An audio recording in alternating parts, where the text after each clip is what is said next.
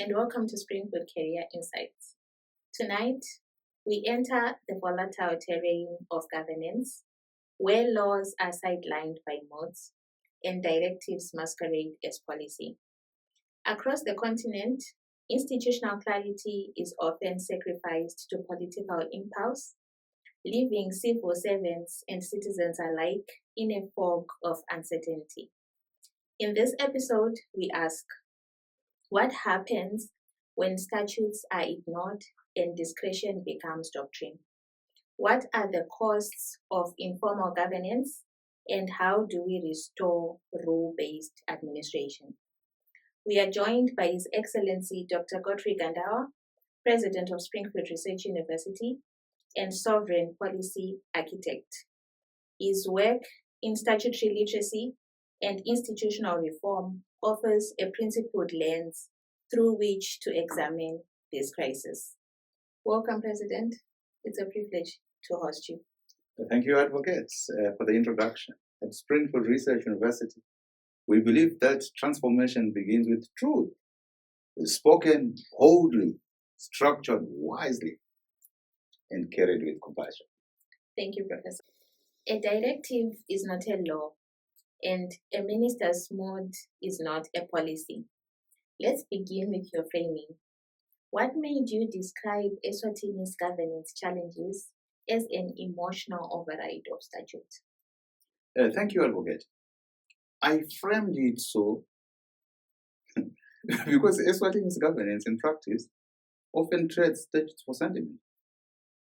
It is not that laws are absent. It is that they are overridden, not by logic, but by mood. Not by parliament, but by personality. We have a constitution, we have statutes, we have regulations. But too often, decisions are made not by reference to law, but by reference to the CEO's disposition on Tuesday afternoon. A directive is issued not grounded in legislation, but in hate. They just don't like you. An institution is denied licensing not by statute, but by silence. A youth-led startup is told, wait, not because the law requires it, but because the official is not ready. This is not governance, it is improvisation. It is the emotional override of legal architecture, and it is dangerous. Because the mood replaces mandate, the law becomes ornamental. When discretion replaces discipline, the entrepreneur becomes a petitioner. And when personality replaces policy, the system becomes a stage, not a scaffold. We must understand a directive must be anchored in law. A public officer must be bound by a statute. And governance must be procedural, not performative. Eswatini cannot build sovereignty on sentiment. We must legislate clarity. We must codify consequence. We must audit authority. Because the law is not a suggestion, it is a structure. And when that structure is ignored, we do not just delay progress, we dismantle trust. Let us restore the primacy of statute. Let us recalibrate governance, not around the mood, but around mandate. Thank you, Professor. For those unfamiliar with the distinction, how would you explain the difference between a directive and a statutory instrument? Thank you, advocate. Let us begin with clarity, because governance without grammar is governance without ground. A directive is an instruction. A statutory instrument is law. A directive may be issued by a minister, a permanent secretary, or a departmental head. It may guide behavior, suggest action, or clarify interpretation, but it is not binding unless it is anchored in statute. It is administrative, not legislative. It is temporal, not sovereign. A statutory instrument, by contrast, is codified authority. It is issued under powers granted by an act of parliament. It carries the force of law. It is gazetted. It is enforceable. It is challengeable in court. A directive may say, we prefer applications to be submitted in triplicate. A statutory instrument says, applications must be submitted in triplicate under regulation 4.2. A directive may reflect mood. A statutory instrument reflects mandate. And here lies the danger. When directives are treated as law, discretion becomes doctrine. When statutory instruments are ignored, legality becomes optional. Eswatini must recalibrate.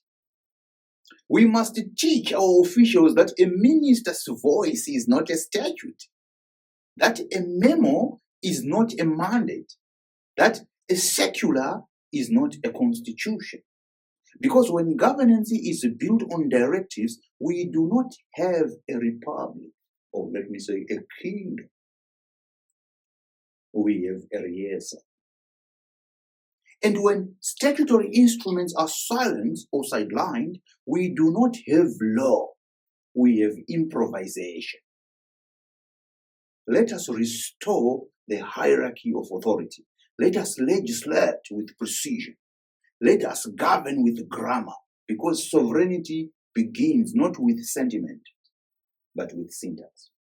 Thank you, Professor. In your view, how widespread is informal or mood-driven governance within Eswatini statutory institutions? Thank you, Advocate. It is not a ripple. It is a regime. Informal governance in Eswatini is not the exception. It is the architecture. Mood-driven decision-making is not rare. It is routine. And the tragedy is not just its presence, but its normalization. Across statutory institutions, we see directives issued without legal anchoring, approvals granted without documented criteria, delays justified by temperament, not timelines. A licensing officer may say, come back next week, not because the law requires it, but because their desk is not ready. A CEO may halt an assessment, not by invoking statute, but by invoking sentiment. We're just postponing Springfield's assessment. Why? Just by sentiment. A board may ignore a submission, not because it lacks merit, but because it lacks proximity. This is not governance, it is choreography, where law is sidelined and personality takes center stage. We see institutions where policy is replaced by preference, where procedure is replaced by proximity, where compliance is replaced by charisma. And in this theater of mood, the entrepreneur becomes a performer and not presenting documents, but auditioning for approval. This informality is not just inefficient, it is corrosive. It erodes trust. It distorts accountability. It undermines sovereignty. Because when governance is guided by mood, the law becomes ornamental, the citizen becomes optional, and the nation becomes unpredictable. Eswatini must recalibrate. We must legislate clarity. We must codify consequence. We must audit authority, because governance must not be emotional. It must be constitutional. And sovereignty must not be sentimental. It must be structural. Let us restore the rule of law, not the rule of mood. Thank you, Professor. What kinds of legal risks arise when officials act on verbal instructions or impulsive decisions? Thank you, Advocate.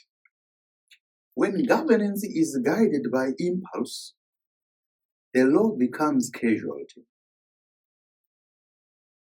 And when officials act on verbal instructions, they do not just risk error, they risk erosion of the rule of law. First, there is the risk of illegality. Verbal instructions are not codified, they are not gazetted, they are not reviewable. And when an official acts without statutory backing, they expose the institution to litigation, the citizen to injustice, and the nation to reputational harm.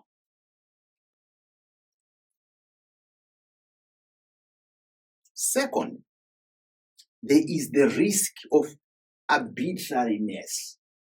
Impulsive decisions lack consistency. They vary by mood, by moment, by minister. And in that variability, fairness collapses. Two applications with identical profiles receive opposite outcomes because one met the official on a good day and the other did not. You see? Third, there is the risk of procedural collapse. Verbal instructions bypass checks and balances. They ignore documentation. They sidestep accountability. And when procedure is abandoned, corruption finds a corridor. Fourth, there is the risk of institutional liability. When a citizen is harmed by an impulsive decision, the institution, not the individual, bears the burden. And lawsuits do not ask whether the official was in a hurry. They ask whether the law was followed. Fifth, there is the risk of constitutional breach. Eswatini's governance is bound by law, not by personality. And when officials act outside the law, they do not just err, they violate the social contract. We must understand, verbal instructions are not governance, they are gossip. Impulsive decisions are not leadership, they are liability. Let us legislate discipline. Let us codify consequence. Let us train officials not just in policy, but in principle. Because sovereignty is not sustained by sentiment, it is scaffolded by statute. Thank you, Professor. Let's take a break and listen to the song called Education 6.0. In the heart of Springfield, where dreams ignite, a beacon of knowledge shining bright. Science, technology, engineering and more, medicine and automation we explore. Springfield leads in the way, education 6.0, a new day. Leadership, knowledge, skills we hone, industry, manufacturing, entrepreneurship grown.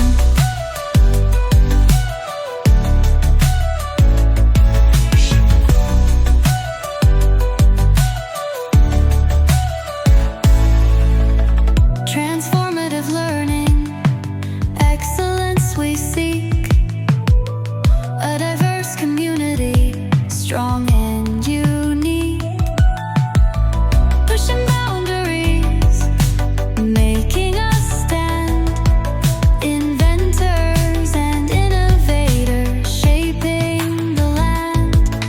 Springfield leading the way, education 6.0, a new day, leadership, knowledge, skills we hone, industry, manufacturing, entrepreneurship grown. Entrepreneurship grown.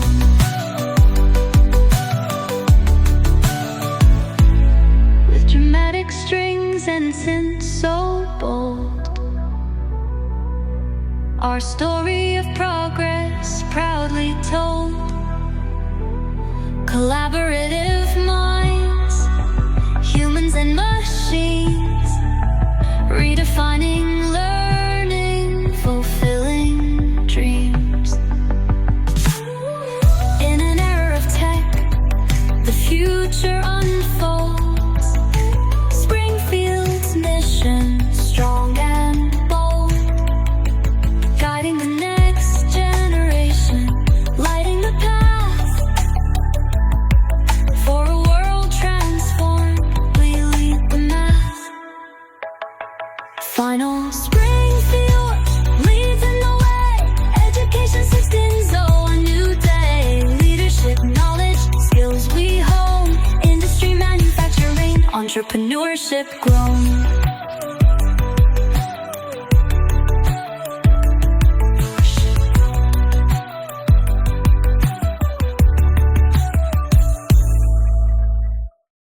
Welcome back. Let's continue with our discussion. How does this culture of informality affect regulatory certainty and long-term planning? Thank you, Advocate. Informality is not just a habit, it is a hazard. And when it governs our regulatory culture, it does not merely blur the lines, it erases the blueprint. Regulatory certainty is the oxygen of investment. It is the assurance that rules will not shift with the mood, that approvals will not expire with personnel, that compliance will not be redefined by proximity. You see? But in Eswatini's informal governance culture, certainty is replaced by speculation. Entrepreneurs do not ask, what does the law say? They ask, who do I know?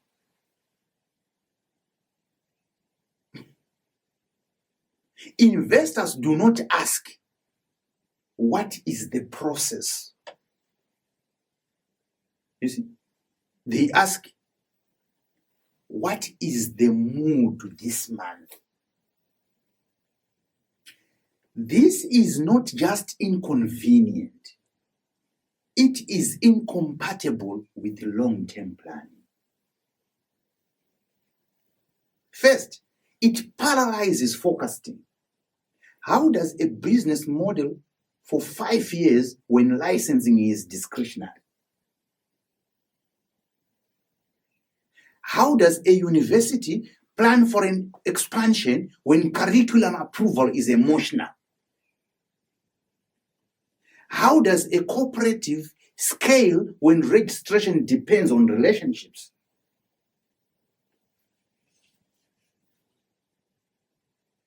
Second, it distorts risk. In formal systems, risk is calculable. You can calculate the risk. In informal cultures, risk is personal. And when risk becomes unpredictable, capital retreats. Because you can't build a full-fledged hospital before you get approval, because you might build a hospital that will never work. Third, it undermines institutional memory. What was approved last year may be rejected this year, not because the law changed, but because the mood did. And when precedent is ignored, planning becomes guesswork. Fourth, it erodes trust. Trust in systems, trust in timelines, trust in the very idea of governance. We must understand long-term planning requires long-term clarity. And clarity cannot coexist with informality. Eswatini must recalibrate. We must codify every process. We must digitize every decision. We must insulate registration from personality, because informality is not just a governance flaw. It is a sovereignty fracture. And if we do not restore structure, we will continue to find frustration while forfeiting the future. Let us build systems that speak in statute, not sentiment. Let us plan not by proximity, but by principle. Thank you, Professor. What happens to civil servants who find themselves caught between legal obligations and emotional directives? Thank you, Advocate. Let us dispense with the fiction of helplessness.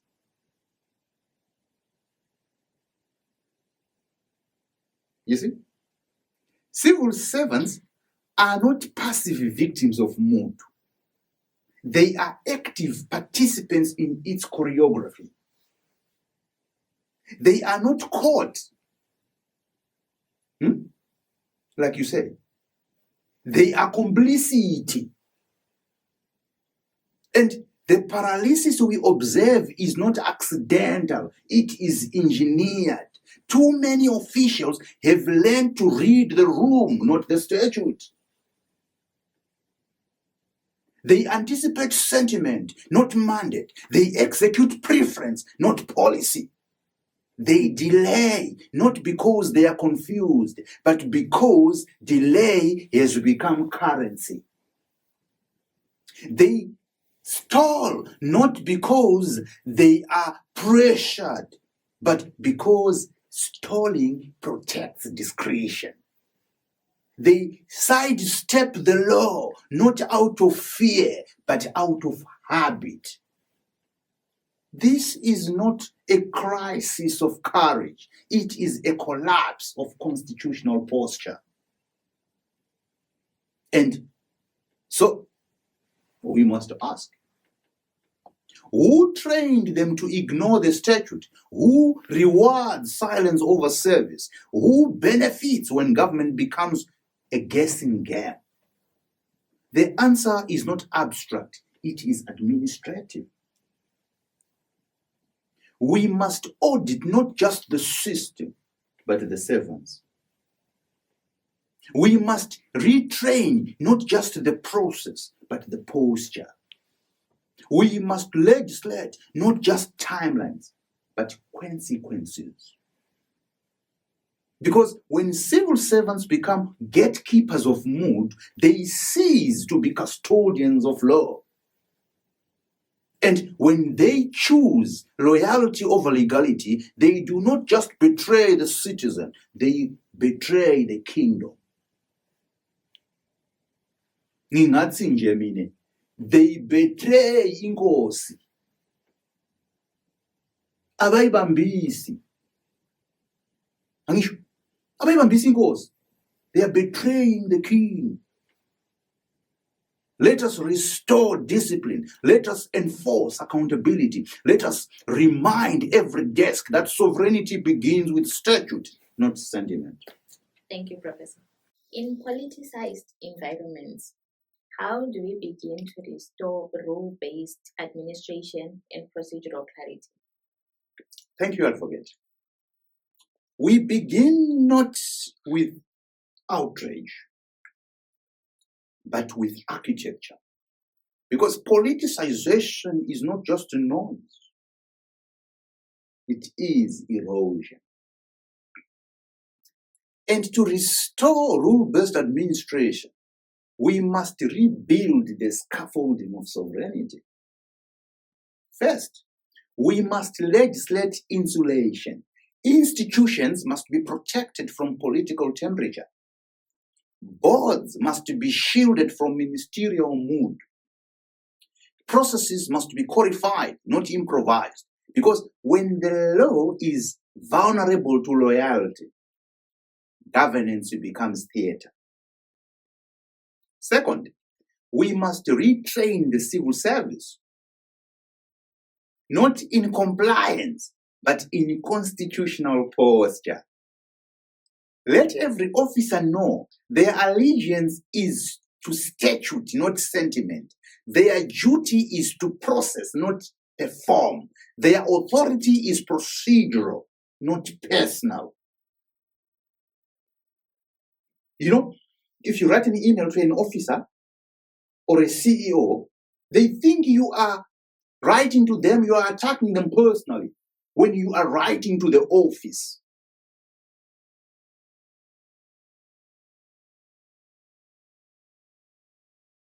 They need retraining. Their authority is procedural, not personal. Third, we must digitize decisively. Digital systems do not flinch under pressure. They do not bend to proximity. They speak in timestamps, not tone. And when governance is automated, mood loses its grip. Fourth, we must audit discretion. Every deviation from procedure must be documented.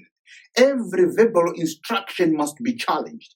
Every impulsive decision must be traceable, because clarity is not a culture, it is a consequence. Fifth, we must empower escalation. Citizens must have corridors to challenge silence. Entrepreneurs must have platforms to contest delay. And institutions must respond not with defensiveness, but with discipline. Sixth, we must restore legislative supremacy. Let Parliament reclaim its primacy. Let statutory instruments override directives. Let law speak louder than loyalty, because the rule-based administration is not a preference, it is a posture. And procedural clarity is not a slogan, it is a safeguard. Eswatini must not just reform, it must refound. We must build systems that outlast sentiment, processes that survive politics, institutions that serve the kingdom, not personalities. Let us legislate with precision. Let us govern with grammar. Let us restore the kingdom, not with rhetoric, but with rigor. Thank you, Professor. From an international perspective, how does this governance style affect Eswatini's credibility and partnerships? Thank you, Advocate. In the theater of nations, credibility is currency. In Eswatini, those sovereign in spirit must transact in trust. But when governance is guided by mood, not mandate, credibility becomes collateral. International partners do not invest in sentiment, they invest in structure. They do not seek charm, they seek clarity. And when Eswatini systems speak in whispers, not in statutes, the world listens with caution. Development agencies ask, where is the legal framework? Where is the audit trail? Where is the institutional memory? And when answers vary by desk, by day, by directive, confidence collapses. Investors measure risk in rhythm. They want to know, will the license be honored tomorrow?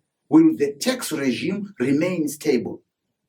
Will the regulatory environment survive a reshuffle? But when decisions are verbal, approvals are impulsive, and reversals are routine, risk becomes radioactive.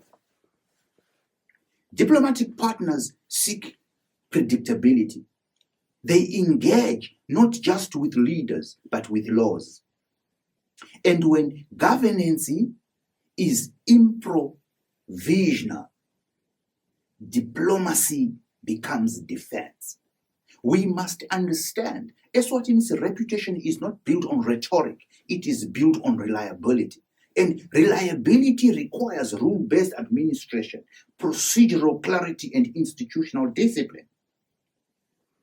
The cost of informality is not just domestic, it is diplomatic.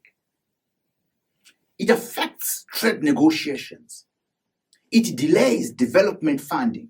It deters strategic alliances. Let us recalibrate. Let us codify every process. Let us digitize every decision. Let us insulate governance from personality. Because Eswatini must not just be sovereign, it must be legible. Not just proud, but predictable. Not just independent, but interoperable. Let our systems speak in statute.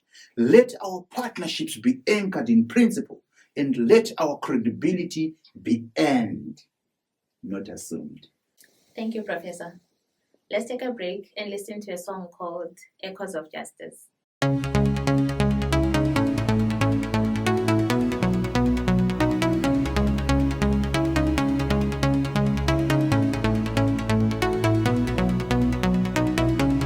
Echoes of justice in the heart of Springfield, where justice calls, students rise, breaking down the walls. With passion and purpose, they stand tall, bridging theory and practice, answering the law's call.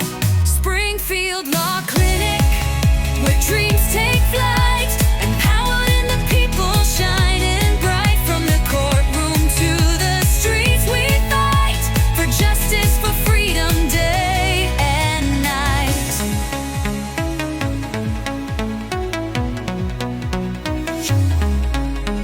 Hands-on learning, shaping future minds, navigating the system, leaving no one behind.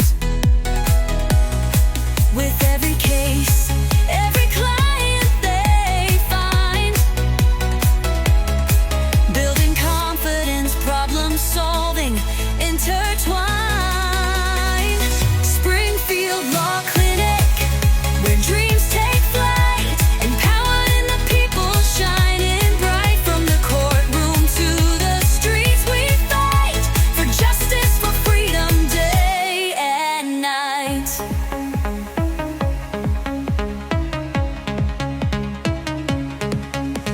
Techno beats and country soul, electronic rhythms make us whole.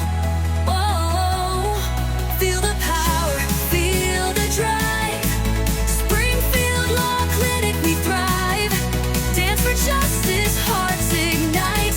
Together we shine in the spotlight.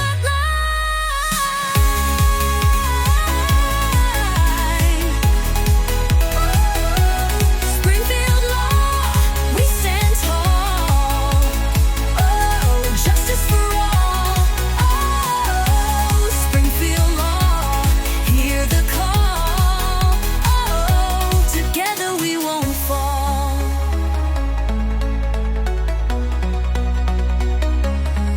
In our community, we make a stand, helping those in need, lending a hand with every victory.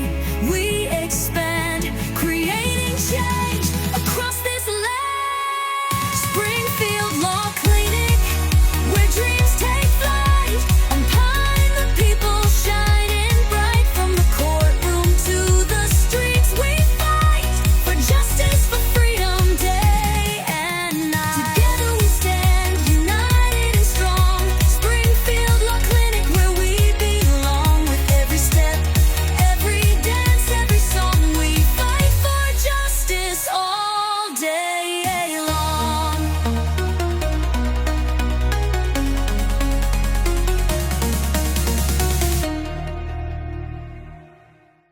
Welcome back. Let's continue with our discussion. Legal advisors often face pressure. What's their role in resisting unlawful or informal directives? Thank you, Advocate. A legal advisor is not a spectator. They are the spine, not a technician, but a trustee of the kingdom. And when unlawful or informal directives arise, their role is not to accommodate. You see, it is to anchor. Their duty is not to obey power. It is to interpret, not to echo sentiment, but to enforce statute, not to bend with mood, but to stand with mandate. When a minister issues a verbal instruction that contradicts the law, the legal advisor must not whisper, they must warn. When a board seeks to bypass procedure for expediency, the advisor must not assist. They must resist. Because silence is complicity, and complicity is corruption dressed in courtesy. So, all your legal advisors are doing this. They are complicity to this crime. The legal advisor must do 5 things.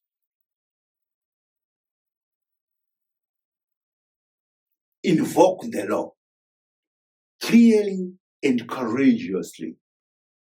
Ungesabi. Quote the statute, reference the regulation, make it impossible to pretend ignorance. Document dissent. If overruled, record the objection because memory fades, but minutes do not. Put it in writing. That's what I'm saying. Escalate with integrity. Raise the matter to oversight bodies, ethics committees, or constitutional offices. Not to embarrass, but to protect the institution. But no, they are complicit. Educate the environment. Train officials in legal literacy. Remind them governance is not guided by mood, it is governed by mandate.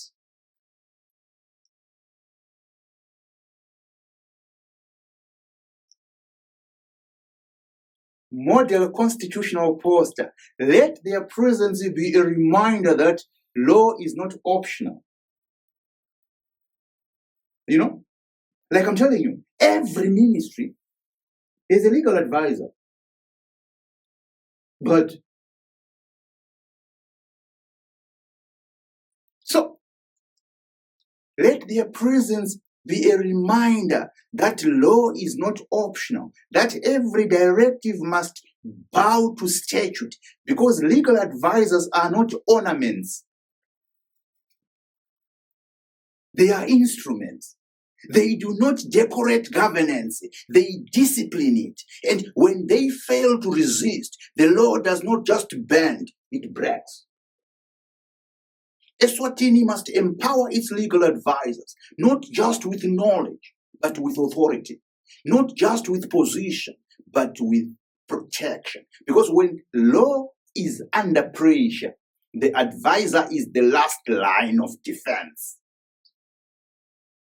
Let us restore their voice. Let us qualify their courage. And let us remind every institution, a directive may be loud, but the law must be louder.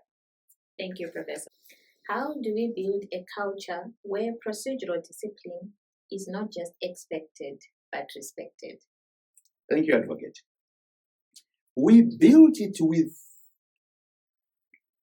scaffolding, not slogans. Because procedural discipline is not a mood, it is a mindset. And respect for process is not inherited, it is engineered. First, we must elevate procedure from nuisance to necessity. Let every form, every timeline, every regulation be framed not as a red tape, but as the kingdom's architecture. Let officials understand to follow processes is not to delay, it is to dignify.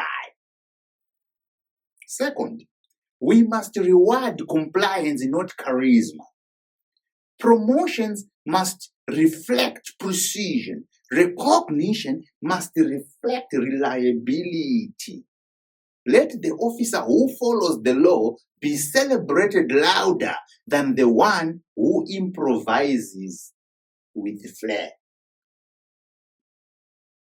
Third, we must embed procedural literacy in training.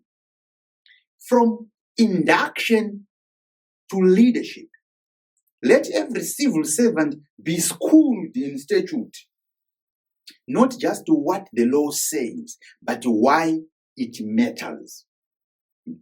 Let them see that every step skipped is a citizen betrayed. Fourth, we must enforce consequence. Hey, I keep on repeating consequence. Let deviation be documented. Let informality be penalized. Let every breach of process carry weight, not just warning. But they continue doing it because there is no consequence. Bayathi ukuthi kutowendlula. Will do it and it will pass. There is nothing that they will do to me. We must enforce consequence. Uyathi nje ukuthi mawukuyendile. Hey, utoyibona. Fifth, we must model discipline from the top. Ministers must submit to process. Boards must respect quorum because culture cascades. And when leadership bends the law, the institution breaks. Sixth, we must narrate procedure as patriotism. Let the public understand. A kingdom that respects its own systems is a kingdom that respects its own sovereignty. And every citizen who demands process is not difficult. They are dignified.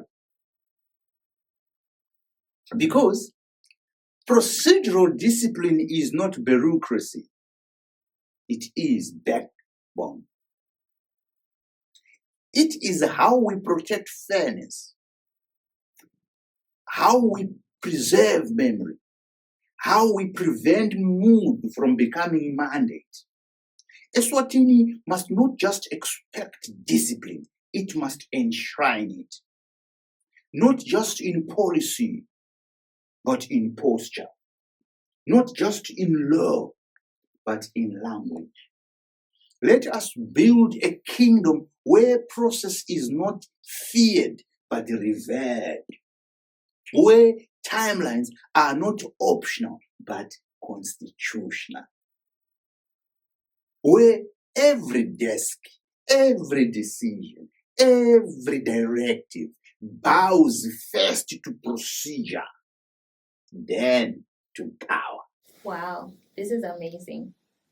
Let's take a commercial break and stay tuned. At Springfield Research University, we don't teach to pass exams, we encode futures. Grounded in Education 6.0 and powered by STEMmer, science, technology, engineering, mathematics, medicine and automation, we deliver modular, sovereign learning across undergraduate, master's and doctoral programs. Explore our prospectus, where every curriculum is designed to STEMatize every discipline, dignify local authorship, and credential transformative knowledge. Be STEMatized, be sovereign. Here, knowledge is authored, not borrowed. Curriculum is credentialed, not copied. Every graduate becomes an architect of transformation. With 2 annual intakes, March and September, the path to innovation is always open. From the logic of automation to the soul of indigenous intelligence, SRU is where tomorrow is designed. Springfield isn't just a university, it's an epicenter of epistemic dignity. Join the movement. Study where learning governs itself. Springfield Research University, the globe is here. Where are you? Welcome back. Let's continue with our discussion. For whistleblowers operating in such environments, what message or support would you offer? Thank you, Advocate. To the whistleblower, I do not offer comfort. I offer clarity. Because in politicized governance, truth is not just inconvenient, it is insurgent. And those who speak it do not walk into applause. They walk into fire. If you speak the truth, they hate you. You walk into fire.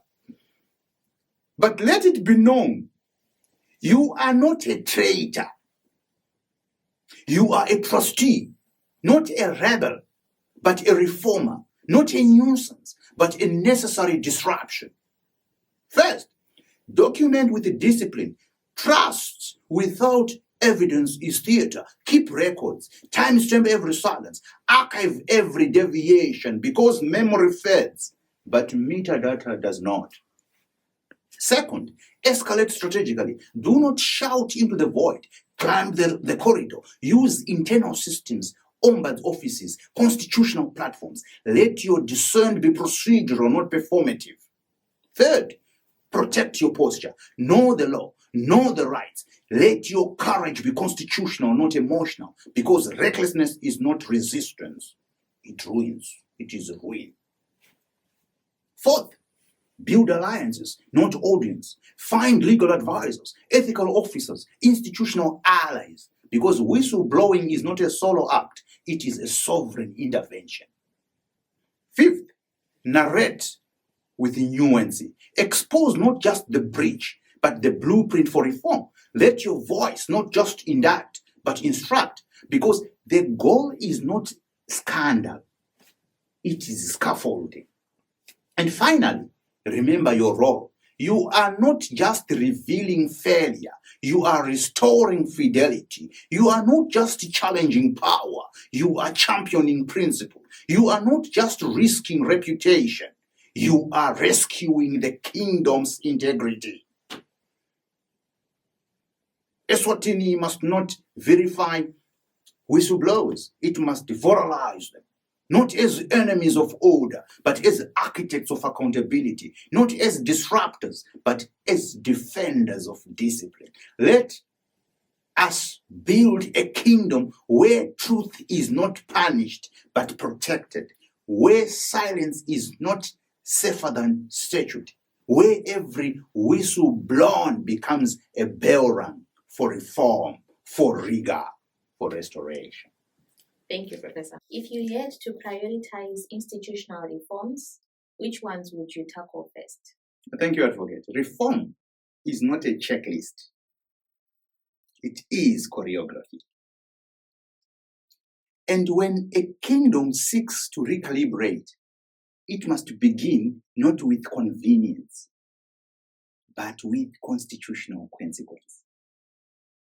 First, I would reform the licensing and registration architecture, because access is the first test of sovereignty. Let every entrepreneur, cooperative, and institution know the kingdom does not delay dignity. Let systems be digitized. Let timelines be legislated. Let discretion be audited. Second, I would recalibrate statutory literacy across the civil service. Because ignorance is not just inefficient, it is institutional sabotage. Let every officer be schooled in the Constitution, the statutes, the regulations. Let training be mandatory, not ceremonial. Let law be spoken fluently at every desk. Third, I would legislate procedural insulation. No more governance by mood. No more decisions by proximity. Let every directive be anchored in law. Let every reversal be documented. Let every institution be protected from political temperature. Fourth, I would establish a sovereign audit of discretion, because discretion, when unchecked, becomes dysfunction. Let every deviation from process be traceable. Let every verbal instruction be recorded. Let every impulse decision be interrogated. And fifth, I would empower constitutional escalation. Citizens must not beg, they must petition. Entrepreneurs must not plead, they must present. Let ombuds offices be strengthened. Let whistleblower corridors be protected. Let silence be challengeable. Sixth, I would restore legislative supremacy. Let Parliament reclaim its primacy. Let statutory instruments override sentiment. Let law speak louder than loyalty, because reform is not cosmetic. It is constitutional. And the kingdom must not just modernize, it must mature. Not just digitize, but dignify. Not just restructure, but restore. Let us begin with the bonds, not the banners. Let us legislate clarity. Let us scaffold sovereignty. Let us build a kingdom where reform is not rhetoric, but rigor. Thank you, Professor. What's the long-term cost, economically, legally, and socially, of ignoring this governance flaw? Thank you, Advocate. To ignore this flaw is not to delay reform. It is to mortgage the kingdom's future. Because governance by mood is not just inefficient. It is economically corrosive, legally reckless, and socially destabilizing. Economically, the cost is compounding. Investors do not build in ambiguity.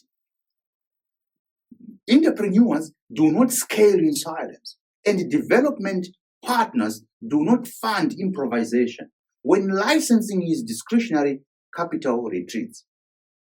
When regulation is unpredictable, productivity stalls. When systems are informal, the informal sector becomes permanent, and poverty becomes policy. Eswatini small and medium enterprises, which employ over 70% of the workforce, remain vulnerable to shocks precisely because informality is normalized. Without procedural clarity, resilience cannot be engineered. And without resilience, growth is episodic, not exponential. Legally, the cost is constitutional erosion. When directives override statute, the law becomes ornamental. When verbal instructions replace gazetted instruments, accountability collapses. And when civil servants bend to sentiment, the rule of law bends with them. This is not just malpractice. It is a breach of the kingdom's legal covenant. It invites litigation. It undermines judicial credibility. it renders reform reversible. Socially, the cost is trust decay. Citizens lose faith in institutions. Youth disengage from public service. Communities begin to see governance not as a scaffold, but as a spectacle. And when trust is lost, compliance becomes coerced. Dialogue becomes defensive, and patriotism becomes performative. We must understand, this flaw is not cosmetic. It is constitutional. It does not just delay progress, it distorts it. It does not just frustrate reform, it fractures it. Let us not deter discipline. Let us not postpone precision. Let us not normalize negligence. Because the long-term cost of ignoring this flaw is not just economic stagnation, it is sovereign regression. Let us legislate with urgency. Let us govern with grammar. Let us restore the kingdom, not with sentiment, but with statute. Thank you, Advocate, for having me. And thank you, Professor, for restoring the primacy of law over impulse. Your invocation of procedural clarity reminds us that governance must be grounded, not improvised. That statutes are not suggestions and modes are not mandates. To our viewers, if you are ready to build institutions that resist volatility, uphold legality, and protect civic dignity, Springfield Research University offers the scaffolding. Visit www.springfieldresearchuniversity.net and join the mission to credential rule-based sovereignty. That concludes this jurisprudential edition of Springfield Career Insights. May tonight's reflections anchor your leadership and fortify your frameworks. I am Clarence, your host. Good night.